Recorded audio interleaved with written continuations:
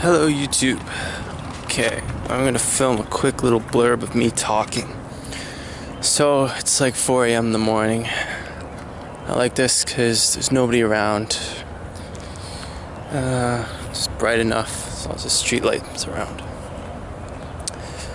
Anyways, I'm gonna do a rant just talking about land taxes and the way land taxes work. Why I think that society doesn't need them. So, basically, the way things work is, pretty much every square inch of land in anywhere that would be called a country is considered owned by the government. And, well, it's kind of a big waste because there's a lot of empty space out there. Whether you just run out into the country, you run out into the wilderness, you'll find just empty space, wide open. Sometimes there's trees there, sometimes it's just fields and plains. It's basically, it's not getting used. And the way it works is when you want to take some of that empty space, in Canada they actually call it crown land. I guess it technically belongs to the crown or something, I don't fucking know. Looks like there's dew on the grass. And it's a waste. There's all this empty space out there. There's all these people who could use it. If you wanted to go out there, you'd have to pay for every single square inch of it, and you have to continually pay for it annually. You have to pay your land taxes annually.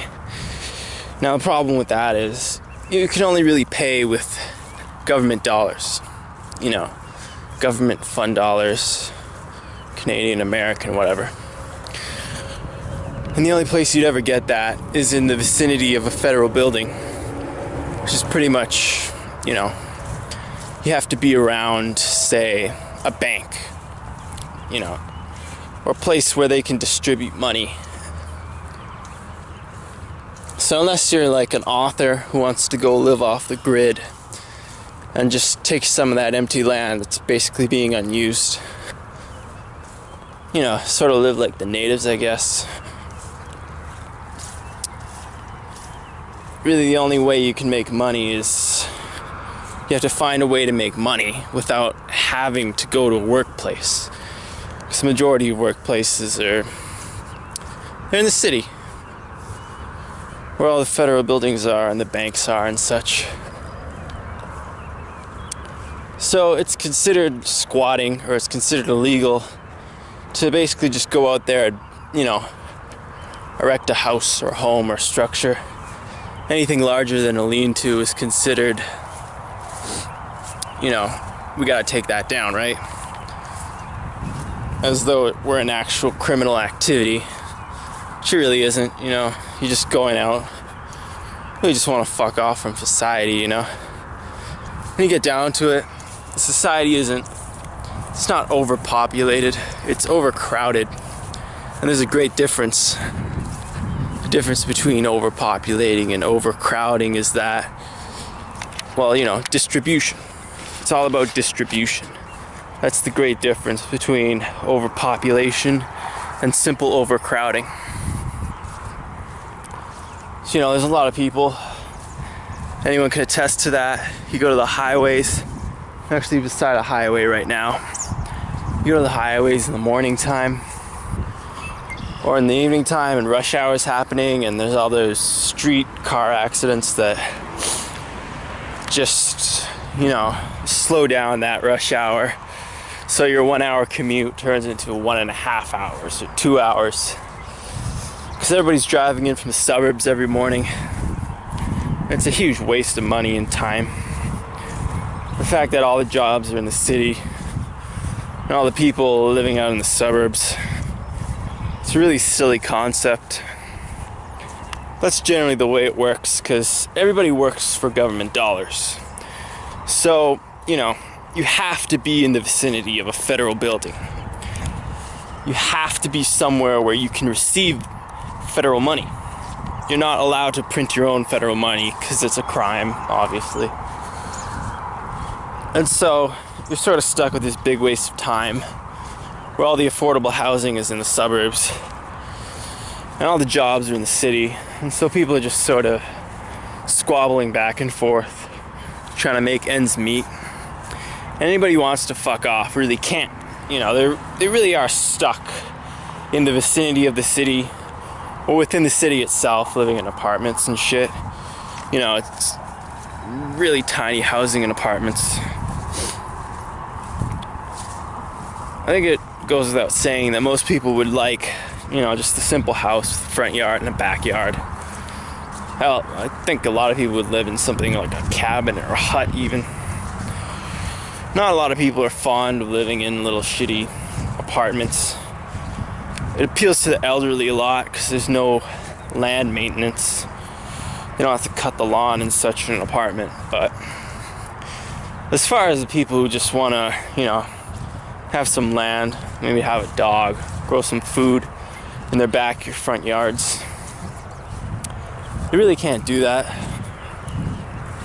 And it's mainly because of land taxes, this idea that you pay for the land every single year. And the fact is, most of it, you know, it goes to the government.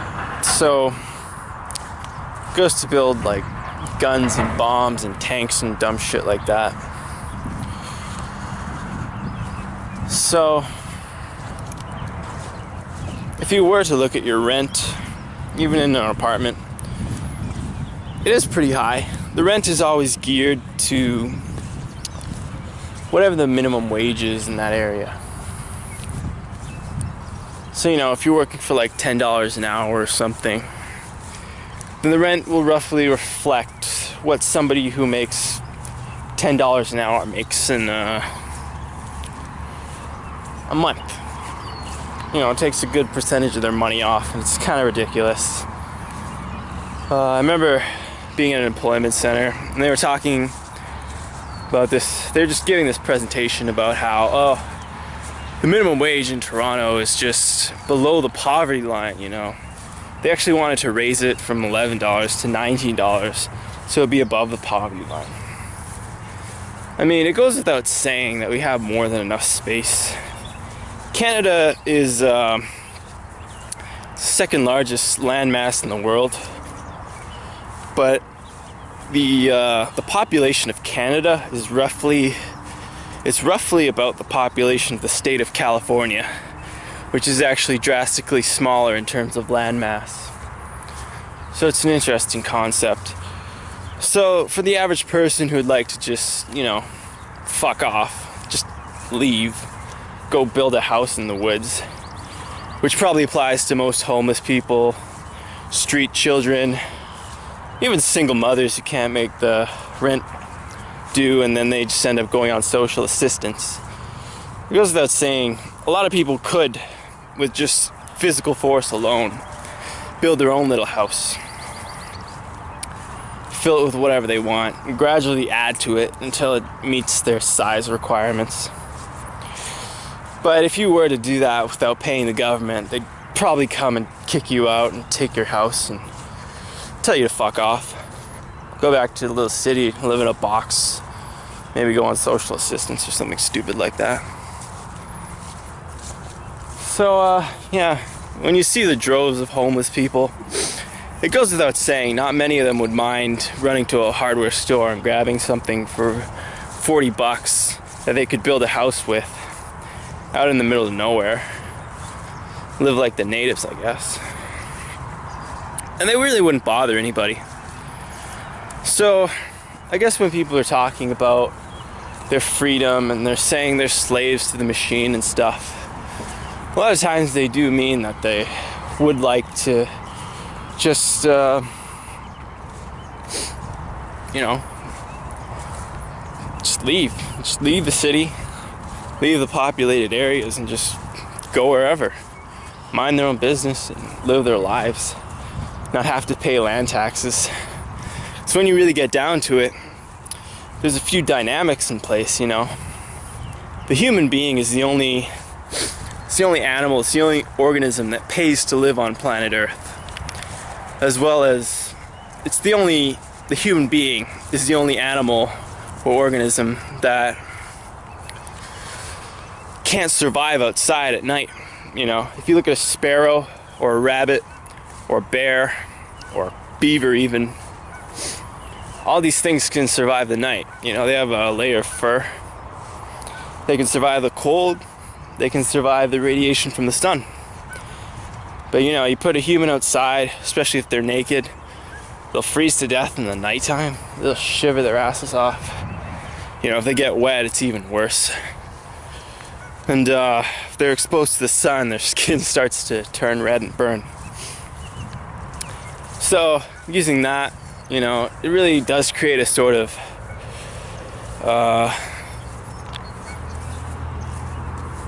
exploitative situation where, you know, you have this animal called the human that can't survive outside unless they actually do build a structure. Or else you probably see a lot more people just leaving the city. You know, why would anybody want to pay a mortgage for $400,000 to like $1 million, and it takes like 10, 20, 30, 40 years of their life, and the house only took like 6 months to maybe a couple years to put up, if that. There was even that short little thing where people were just building small houses wherever they could for a good budget. Because, you know, nobody really wants to pay. Even if you look at that city down in the States, I think it was Detroit, where everybody got kicked out of their houses because their mortgages went out of control. It really does give you the impression that the government wants people to just sort of all be crushed into one little area. When in reality, especially in a country like Canada or the US, really any country, you find that almost every country has this overcrowding problem, which is drastically different from overpopulation, you know. Our planet really isn't overpopulated, but it is drastically overcrowded in the cities. So, you know, you go out into the wild and there's literally nobody there, just wild animals. You go to the city and barely walk around in the daytime without walking into somebody. So you do suffer from this population distribution problem, because, you know, the only way a person can really leave is if they have enough money to go out into the woods and then perpetually pay money every single month, or rather every single year, to the government to pay for their land taxes.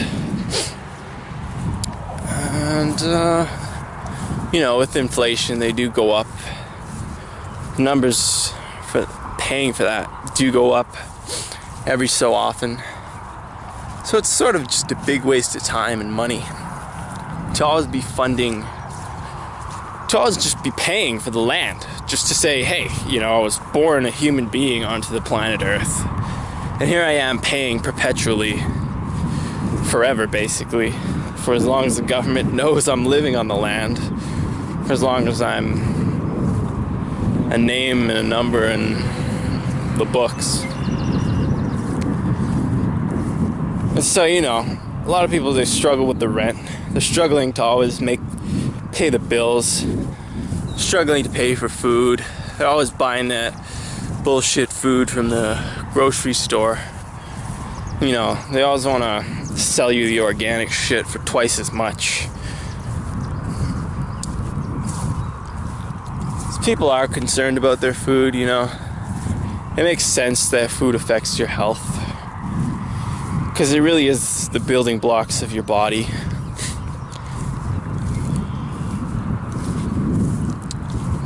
So yeah, the government basically, you know, holds you in place, holds you in the city, and you need a bunch of money just to go out in the middle of nowhere and erect a place to live. You have to buy the land and then continually pay for it every year.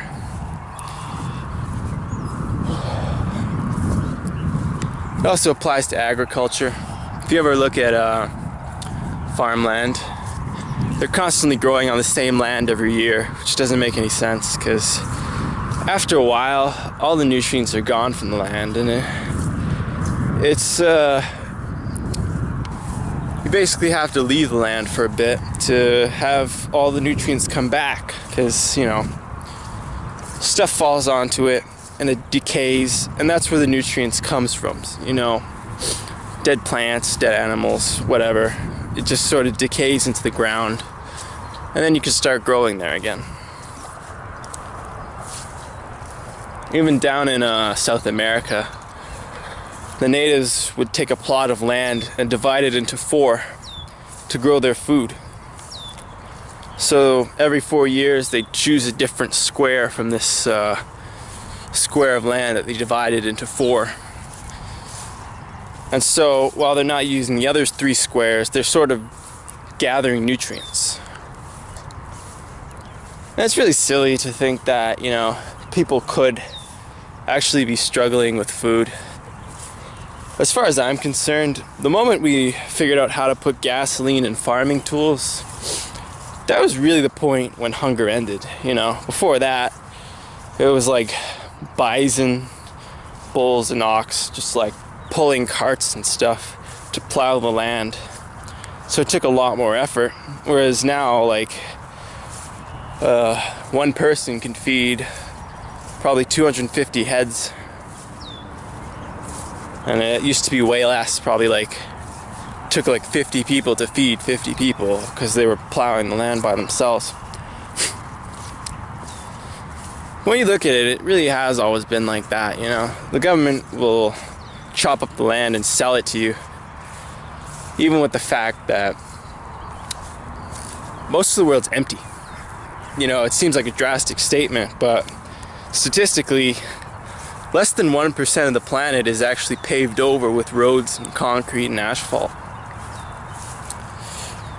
So the world is basically, it's empty. You know, if you ever drive out of the city, you see wide tracts of empty land and just farmland and such, and just empty space. And that's really only the places where the roads actually go to. So if you were to, say, just look for wide wilderness where you can't drive your car because there's no roads. You know, the only place you really can drive a car is on the roads. Even on like a flat field. You never know when your car is just gonna hit a rock or something, you know. Well, there goes the bottom of my car, right?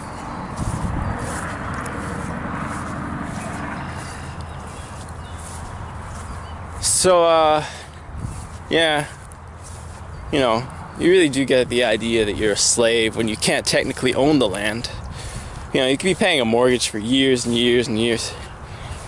You know, you suddenly can't pay it. Maybe you get sick or injured or something. And, you know, you can't work a job. How are you supposed to pay for your house now? You could have paid halfway through it and then, I don't know, just figure it out from that point.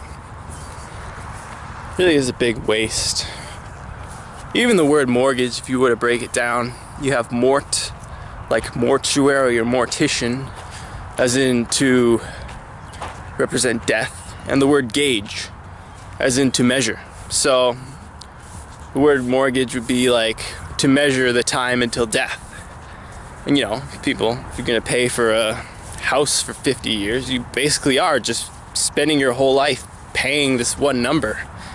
And that really is all it is. It's just a number on a screen. It's just 6 digits that some guy invented in an office. And it's a big waste of time, you know.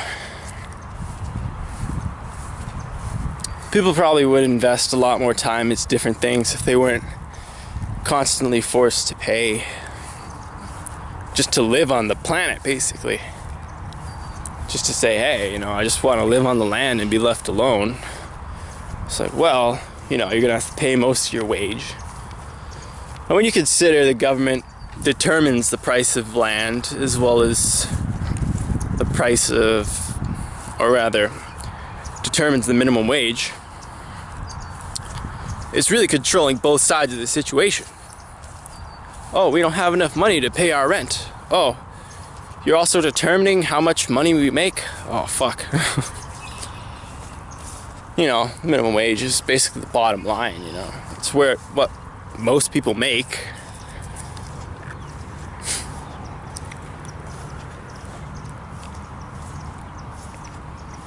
Of course, the illegal situations where people are making less than that.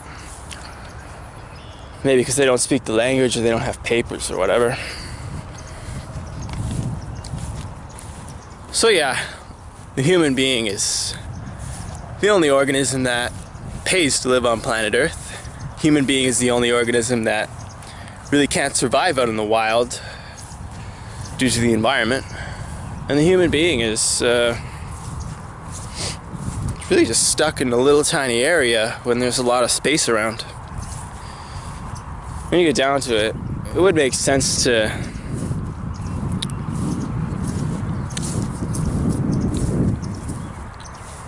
spread out. Move out in every direction. Not have to deal with so much rush hour. Rush hour is on the highways into the city, as well as rush hour is actually in the city, all the cars just sitting there idling for hours. Not even to mention the price of parking in somewhere like downtown Toronto, where it's just ridiculous. It's basically a cash grab with all the tickets they hand out. See how much money they can juice out of each person who basically just wants to have their car there because they quite possibly just need it for their job. I used to do contracting. All the contractors, they throw all the tools in the back of their car. So you need to bring the tools to the job site somehow, and you sure as hell can't do it by foot. You sure as hell can't do it on the subway.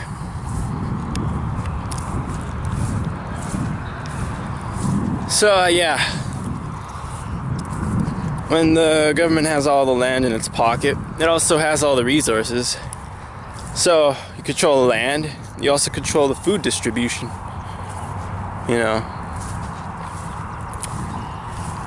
Control the food, there's not much left to control, right?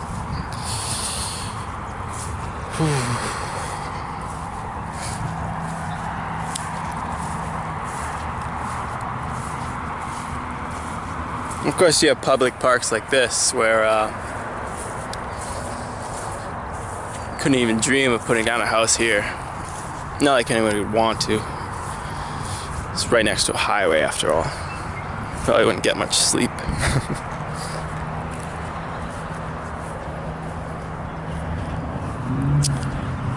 But yeah,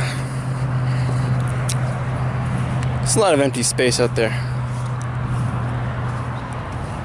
Not to mention, when you control the land, you also control metals. The metals that come out of the ground. Pretty much any other resources that come out of the ground. From that angle, you control the science that's done, because people use all these things to develop technologies. Whether you want to take the rocks, take the granite out of the ground to get iron, make steel out of that. Whether you want the plants to develop pharmaceuticals or medicines or pretty much everything. Tea, medicine, clothing dyes, even clothing itself.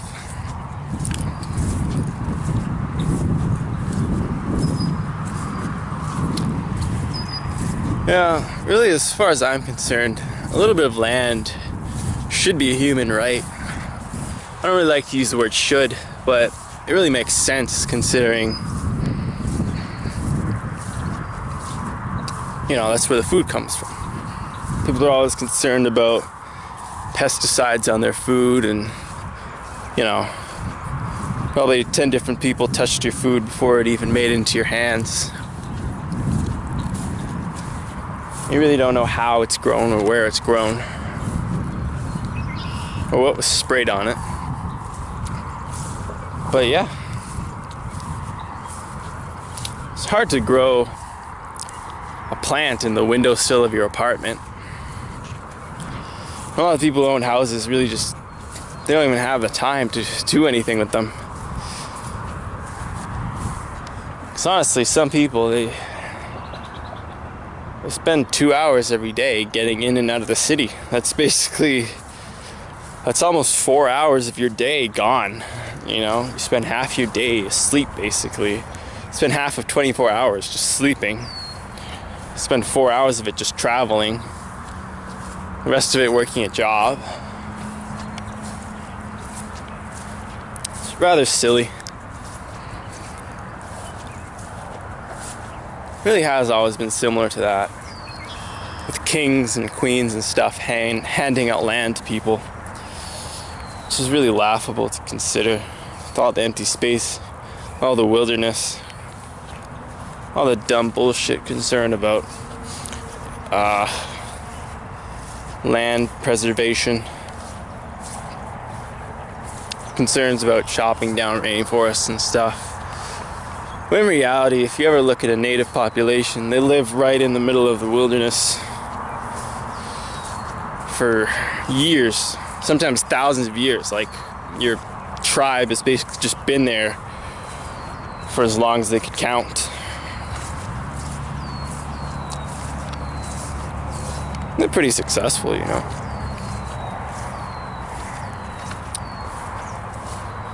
But yeah, we're sort of stuck in the city, stuck in little boxes called apartments, stuck running to and from work every day so you don't get kicked out of your house, which you're paying way too much for and investing way too much time in. You really get the concept that you're not free, you know. A lot of people would claim that they want freedom.